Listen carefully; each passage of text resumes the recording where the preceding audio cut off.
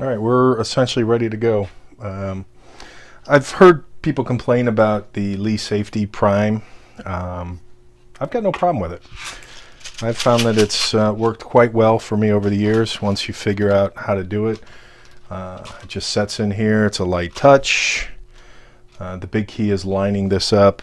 Um, it's plastic insert, washer, and then nut. I've seen different combinations, but this is what has worked for me the best.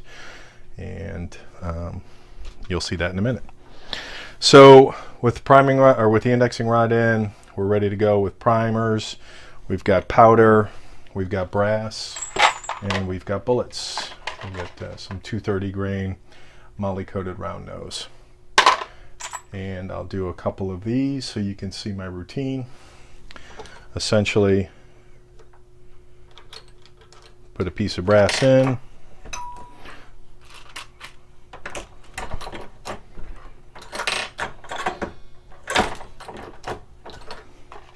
Grab a bullet. And this looks like a pull from a previous plate. They should sit right. I have just enough belling, and I'll show you the difference. Just enough belling so that that bullet will sit, and I'll bring this close up to you so you can see the difference. Just enough belling on here so that the bullet will sit, not quite a 1/16 of an inch, but it sits in there, whereas an unprimed, or rather a once fired piece of brass won't quite sit. It doesn't have the belling, so it won't quite sit. And it doesn't have to be perfectly straight. Obviously you don't want it so mangled that if the bullet is slightly off, no big deal. And when I say that, slightly off in terms of being seated, but if it's canted enough, it's just going to squash the brass. I'll do another one or two. And I don't go for speed. I would use, if I'm in a hurry and I want to load a significant number, I would use the lock and load. And I found for me it's easier to flip the brass upside down. But again, once you get in a rhythm,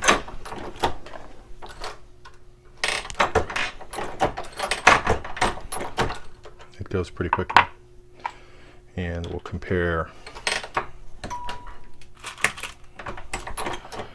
a belled.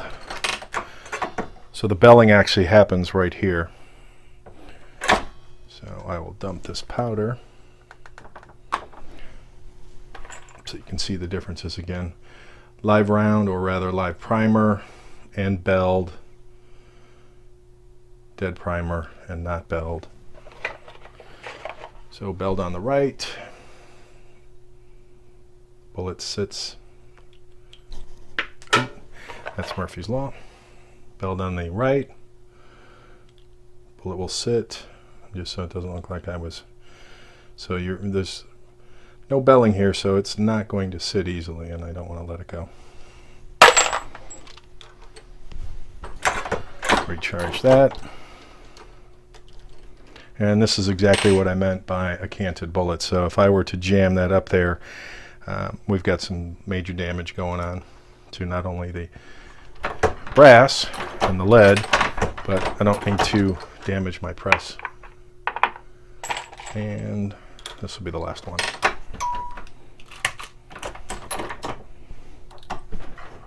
And this has a tendency, just because of the weight and the height, to rotate around, so I kind of keep an eye on